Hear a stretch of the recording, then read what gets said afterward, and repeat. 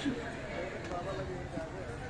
कहाँ थे वो, ऐसे कटवा एक माला ली, बोले धीरज से बैठ, जिससे काम लेना उसको पहले उपस्थित करो, अगर वो उपस्थित रहे तो काम नहीं। ऐसे बैठ गए, धीरज से देखो मन काम भगला, क्योंकि तुमने माला पकड़ी है, तुम माला पर जब मन आएगा तभी माला सही हो, नहीं कहीं सो जाओगे, कहीं गिनती भूल जाओगे, कहीं ये नाम हो दूसरा लेने लगे, यही नहीं पता चला पूरा हुआ कि नहीं। पता चला 3 घंटे बैठे रहे तो 2 घंटे सोते ही नहीं, और तुम गिनती कर तुम 3 घंटे बैठे। तो बैठने का लाभ नहीं है, काम करने का लाभ। कितनी देर तुमने काम किया और खाली बैठे रहे सोते रहे तो वो थोड़ी गिना जाएगा। सोने की मजदूरी कौन देते हैं? अरे काम करने की मजदूरी सब जगह मिलती है, सोने की बैठने की मजदूरी कोई नहीं देगा। इसलिए बहुत सोच समझ के ऐसे जाना पड़ रहा। जय गुरुदेव, जय गुरुदेव, जय पूरी मान 108 दान की, इसको पूरा 1 चक्कर हो गया तब 1 माना, ऐसे दूसरा पूरा चक्कर दो, ऐसे आपको 10 माना सुबह और 10 माला शाम। इस समय का नामदान यही है, इस समय जीवों के लिए यही उपयोगी है। जब नाम जान जाओगे, नाम में रम जाओगे, तो ये नाम वो नाम है जो तुमको धाम में पहुंचा देगा। और तुम्हें करना ही क्या, तुम्हें जाना है, कोई युक्ति हो, कोई साधन हो, हमें पहुंचने से मतलब, घर जाने से मतलब है। तो धीरे धीरे, और ये तो इतना सरल, इसके लिए आपको कुछ बनाना ही नहीं, बना काम करते रहो, नाम जपते रहो। अरे भाई काम तो जवान से नहीं करते, जवान तो खाली रहती और सबसे ज्यादा रस चाटती, सब स्वाद वही लेती और करती कुछ नहीं। लेकिन संतों ने ऐसा तरीका निकाला, अरे इससे भी काम ले लो। ये वर्णात्मक नाम इसीलिए दिया कि तुम जवान से जय गुरुदेव नाम का उच्चारण करते और आत्मा से 5 नामों की धुन रूप स्थान को देखते। तुम्हारे दोनों का पूरे मन को रोकने के लिए पहले वर्णात्मक नाम ही तुम्हारा काम है। ध्वन्यात्मक नाम तो जब जीवात्मा जाग जाएगी, ध्वनियों को, आवाजों को सुनने लगी, इससे पहले ये वर्णात्मक नाम ही तो काम करेगा। तो इस तरह से अब ये नए प्रेमियों को केवल जय गुरुदेव नाम से जुड़ना, इसी नाम को भजना, इसी नाम में मिलना। जब इसी नाम से काम होगा तो यही काम हमारे लिए सब कुछ, लेकिन उसका अपमान नहीं किया। जो नामदान का विधान रखा गया है उसका अपमान नहीं, तिरस्कार नहीं किया जाएगा। लेकिन कहते हैं समय का नाम चाहिए, समय का सद्गुण चाहिए, समय का जगाया नाम समय के जीवों को मिलेगा, वो जीव समय के जीवों का काम करेगा। ये सब हमको ध्यान में रखना चाहिए। इसलिए पिछले किसी नाम का अपमान नहीं करना, आलोचना नहीं करनी, क्योंकि वो नाम उस युग का इतिहास, नाम से इतिहास बनता युग का। सतयुग का इतिहास हरि नाम से, त्रेता का इतिहास राम नाम से, द्वापर का इतिहास कृष्ण नाम से, और कलयुग का इतिहास जय गुरुदेव। बिल्कुल सीधा रहता। हर युग का विधान है कि हर युग में नया पुरुष नए नाम को लाया, जगाया, और उसी नाम से जीवों को जगाकर उसने खड़ा कर दिया। और ये प्रभु का नाम ऐसा आया, जितने नामों से जीव खड़े किए गए उन सब नामों को, यानी सब जीवों को ये ले जाने वाला नाम, क्योंकि ये नाम जहाज लेके आया, उन जीवों को भी बैठा लेगा जो पाक साहब निर्मल पवित्र उन युगों के नाम को लेकर बने, उनको भी बैठा लाएगा, उनको भी ले जाएगा, वो भी पहुंच जाएगा। अब ये है वो अपने अपने लोग में बीच में उतर जाएंगे। वैसे जो जहाँ स्टेशन का वह मतलब जाने वाला है तो सवारी तो सभी करते, लेकिन ये ट्रेन जहां पर जाती समाप्त होती वहां का कौन है? वो अपने उस स्थान पर उतरेगा, बाकी बीच बीच में उतर जाए। राम का नाम लेने वाला वो रास्ता के धाम में उतर जाएगा। कृष्ण के नाम जपने वाला वो गोलोक धाम में उतर जाएगा। ब्रह्मा का नाम, विष्णु का अपने अपने धाम में उतर जाएगा। देवी देवताओं का नाम लेने वाला देवलोक में उतर जाएगा। लेकिन जो अनामी महाप्रभु का नाम लेने वाला वो अनामी धाम में उतरेगा, बीच में नहीं उतरेगा। वो अपने असली मुकाम में पहुंचेगा तो उतरेगा। ये सब जानकारी आपको रखनी चाहिए। लेकिन अभी तो सत्संग सुनाया नहीं जाता, तैयारी हो रही है। तो तैयारी के एक रूपरेखा मैंने आपको बताया। ये है जब इस तरह का होगा तब तुम्हारे अंदर लालच होगा कि हमको भी जाना चाहिए। इतना सुंदर देश, ऐसे मतलबयानी मंडल जो यहाँ कहीं नहीं है, इतनी सुंदरता सजावट कहीं नहीं है, इतनी सुगंधी कहीं नहीं है, इतना प्रकाश कहीं नहीं। ये सब जानकारी जब हो जाएगी तब आत्मा को अपने घर जाने का लालच करेगा कि हम इतने महान देश और ये अज्ञानता में कहाँ फंस गए, ऐसे बता दिया गया। तब वो निकालने वाले की कोशिश करेगी, उसकी तलाश करेगी। तब कहा जब जब संत जगत में आवे खोज भाग उनके ढिग जाओ, हाजिर हो गिरो चरणों में, करो बंदगी निस्दिल आए। बिल्कुल साफ है। जब संत जगत में आ जाए तो उनकी खोज करो, उनके पास जाओ, उनको दंडवत प्रणाम करो। यानी ये शिष्टाचार जब तुम्हारे अंदर आ जाएगा, सम्मान करने का, सम्मान करने वाला ही सम्मान पाता है, अपमान करने वाला अपमान पाता है। ये लेन देन जगत व्यवहार है। यहाँ जो करोगे वही मिलेगा। इतना भी जीव बोल गए कि भाई क्या करना है, क्या मिलेगा। अगर ये सब जानकारी हो जाती तो आप वही काम करते जिससे कुछ मिलता। आपने वो काम किया जो चला गया, कुछ नहीं बचा। सब खो दिया, गवा दिया, कुछ नहीं। जय गुरुदेव। देखो ये तो चीटों जैसी लाइन है, कभी खत्म ही होने वाली। अरे भाई दोबारा तो लोग नहीं आ रहे। आप बैठिए, बैठो बैठो। अरे बैठकर भी सुन सकते हो।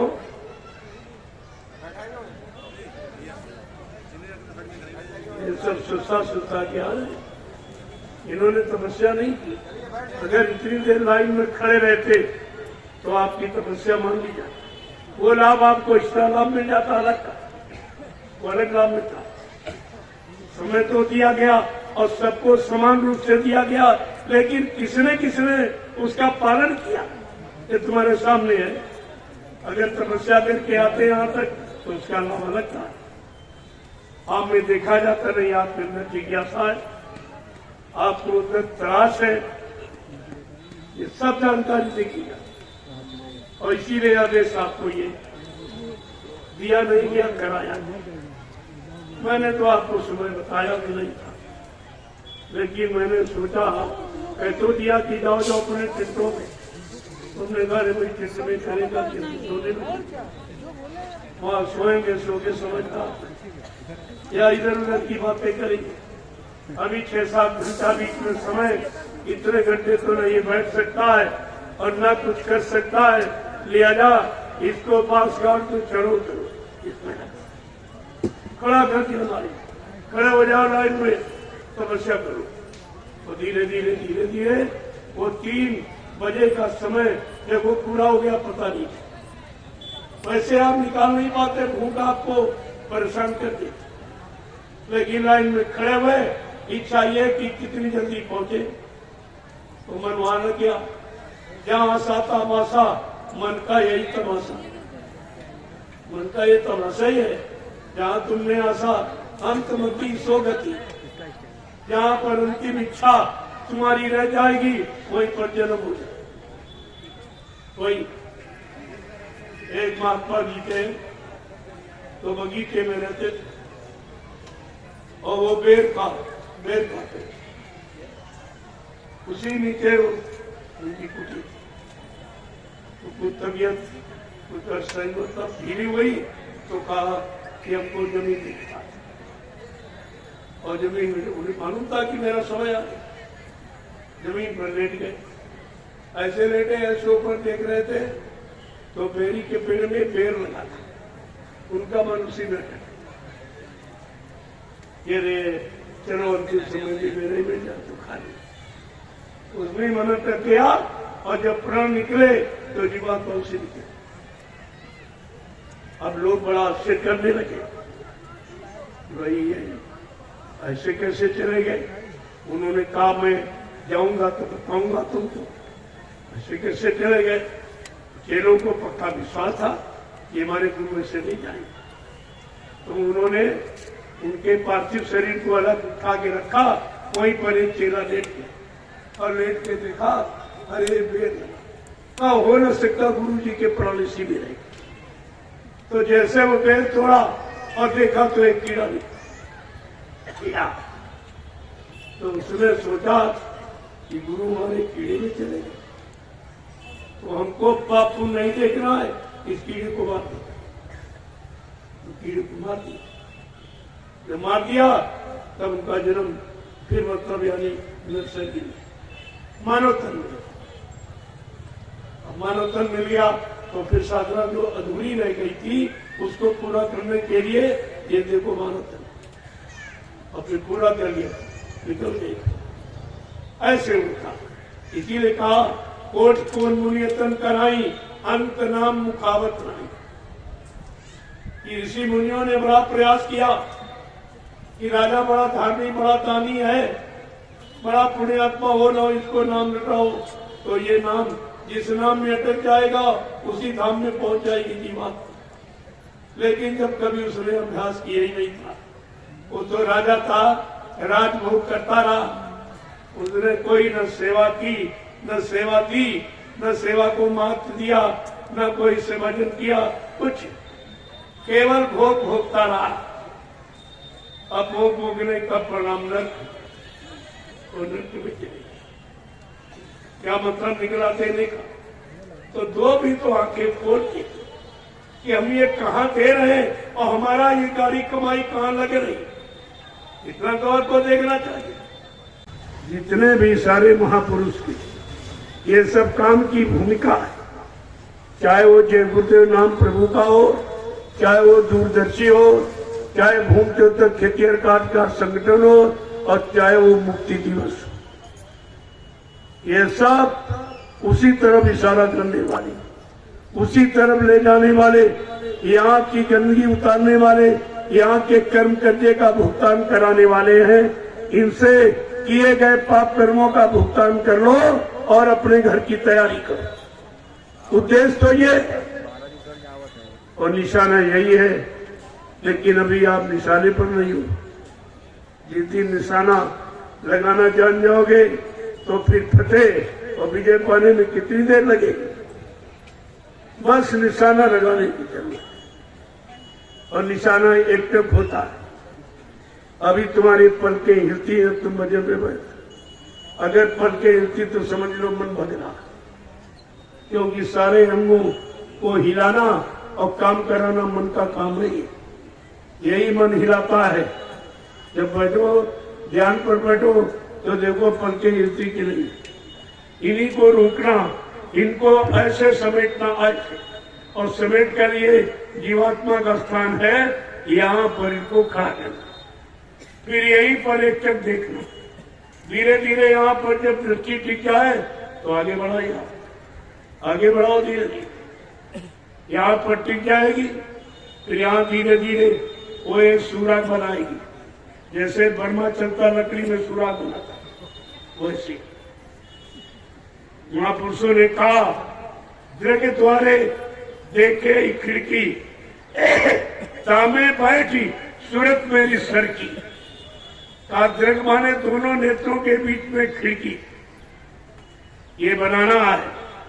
जब निशाना लगाओगे स्थिरता, स्थिर प्रज्ञता तुम्हारे में आ जाएगी तो धीरे धीरे दृष्टि जो यहाँ पर आपने टिकाई है ये वर्मा की तरह घूमेगी ऐसे और एकदम सूरज खिड़की बना दी, बस उसकी खिड़की से जीवात्मा निकल कर ऊपर की तरफ चली गई। ये शुरुआत है, साधना का प्रारंभिक रूप है। तो धीरे धीरे आप पहले तुम ऐसे आए बैठ गए कि हम ऊपर दिखाएंगे, अरे पहले तो बैठो, ये मन की निगरानी करो, ये मन कहाँ कहाँ भाग रहा दौड़ रहा, ज्यादा लगाओ इसका किधर है, कहाँ ये ज्यादा फंसा, पहले वहां से निकालो, वहां से निकाल कर छोटे की तरफ, क्योंकि फंसना उसका स्वभाव है, तो बुरे से निकाल के अच्छे में फंसा लो और धीरज से फिर अच्छे से निकाल कर निरीक्षण कर दो। कई मतलब जहाँ अच्छाई और बुराई भलाई का यानी नामो निशान न हो, का 5-7 नंबर पवित्र और बस चल पड़ेगा। यही नमन आपका सहयोग करने लगे। लेकिन पहले इसको टिकाओ, तो जब टिकाओगे तभी कुछ काम तुम्हारा बनेगा, ऐसे कुछ होने वाला नहीं है। किताबें महात्मा नहीं बना देंगे और किताबें पढ़ने वाला कुछ कर भी नहीं सकते, ये उसी में बेचारे फंसे पड़े।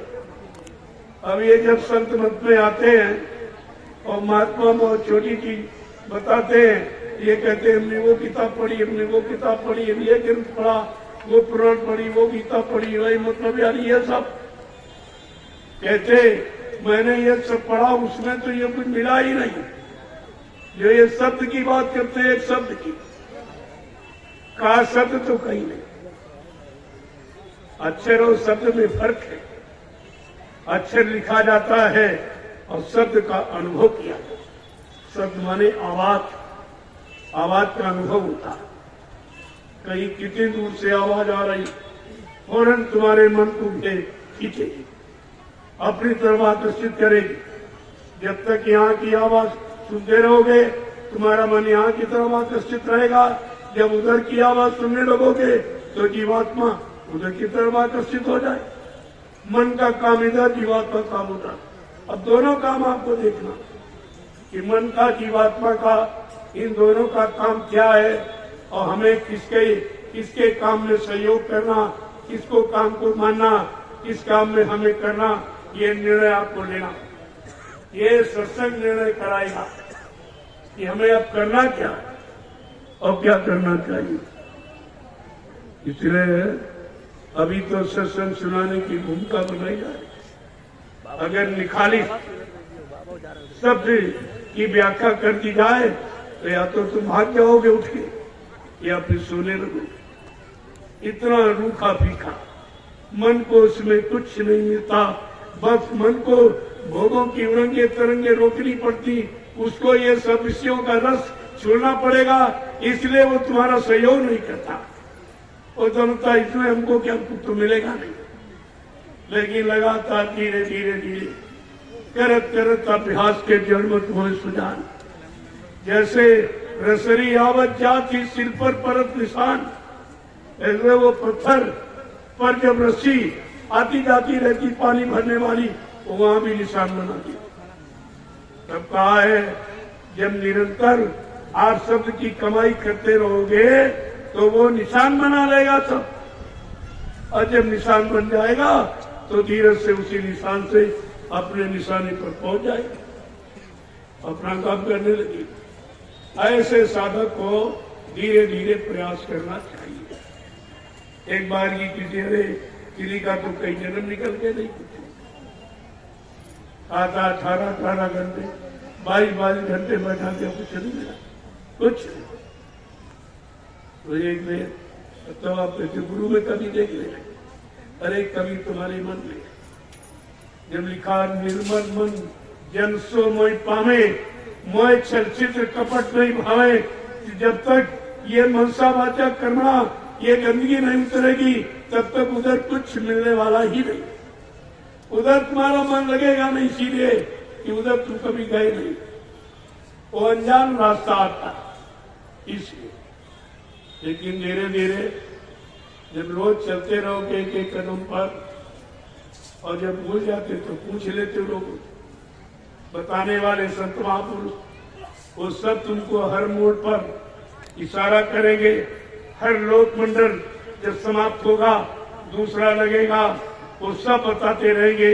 यहाँ से लेकर वहां तक इस लोक की सीमा, उधर से उधर तक उस लोक की सीमा, सारे लोगों की सीमाओं का पूरा ज्ञान करा देंगे। तभी नामदान के वक्त ये पहले बता दिया गया, ये नाम ये है, स्थान ये है और रूप ये है, आवाज ये है। सबकी बताई गई आप पांचों नाम की, लेकिन जय गुरुदेव तो कुछ नहीं बताएंगे। जय गुरुदेव तो कोई नाम रूप आवाज स्थान नहीं बताएंगे और कहते हैं जय गुरुदेव से मैं मिलूंगा और किसी नाम से मैं मिलने वाला नहीं। ये भी आपने सुना, जब तुम जय गुरुदेव नाम लोगे तब मैं तुमको मिलूंगा। इसका मतलब मिलने के लिए हमारा आधार जय गुरुदेव ही, इसके अलावा कुछ। 5 नाम तो सबने दिए, वो तो 5 डंडों की सीढ़ी सतलोक जैसी तारी बजा रही, बाकी उनमें फंसना नहीं आपको। पहला नाम तो काल भगवान का, और उसी फंस गए तो बिल्कुल नहीं निकल। तो कहा नहीं, तुम इसको प्रणाम करो, नाम रूप आवाज स्थान याद करके जब अंतर की दृष्टि से इसको प्रणाम करोगे तो ये काल खुश हो जाएगा, और खुश हो जाएगा तो तब दरवाजा खोल देगा, पर चले जाओ चले जाओ। उसको खुश करने के लिए कहा भाई इसका भी नाम लो, इसके रूप को याद करो और अंतर दृष्टि से इसको भी प्रणाम करो। जबकि काल हमारा दुश्मन है, लेकिन दुश्मन पर विजय प्राप्त करने के लिए महापुरुषों ने करे भाई उसको प्रणाम करो।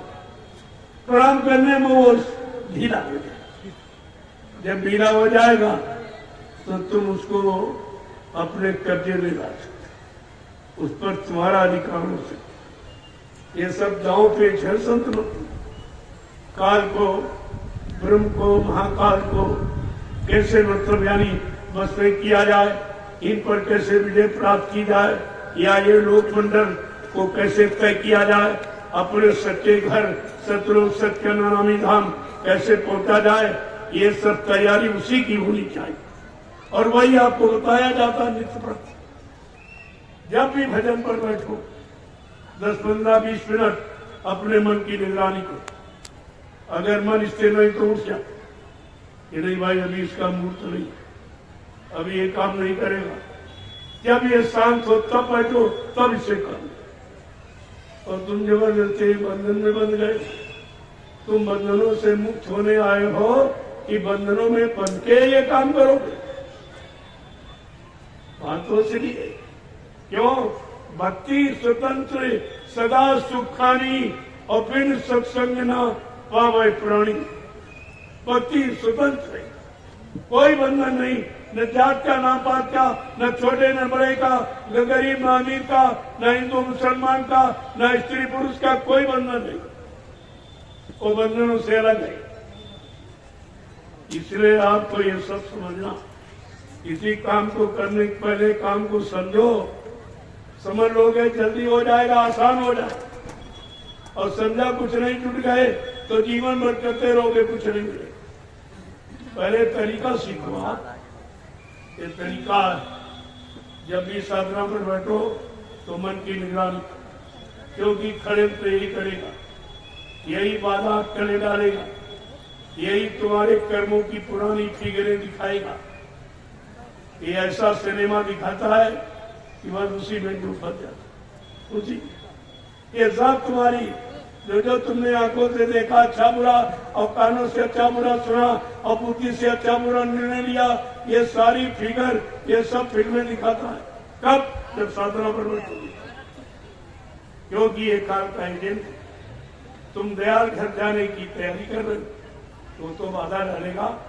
उसको काल ने हुक्म दिया है, किसी जीव को लगने मत देना, सत्संग वचन सुनने मत देना, गुरु की शरण में ठहरने मत देना, नाम की कमाई करने मत देना, परमार्थी सेवा में लगने मत देना। ये सारी जीवात्माएं जाग जाएंगी, अपने घर चली जाएंगी, मेरा देश खाली हो जाएगा, मैं किस पर राज और शासन करूंगा? ये तो चिंता सबको होती है। यहाँ भी शासन करताओं की यही स्थिति और वही काल की स्थिति। इसका मतलब काल के देश में ये सब काल के तो ये थे जो काल की व्यवस्था को स्वीकार किए और बड़े खुश है कि हम प्रधानमंत्री बन गए, हम राष्ट्रपति बन गए, हम राज्यपाल बन गए। अरे बन गए कि बिगड़ गए? यही आपका निर्णय नहीं ले पाए कि हम बन गए कि बिगड़ गए। सारा जीवन बिगाड़ दिया, इन्हीं भोगों में चला गया और ये झूठे वादों में, संकल्पों में आपने बिता दिया। लिया जा तब से राज और राज से नर्क। ये राज भोग करोगे, नर्क भी चलेगा।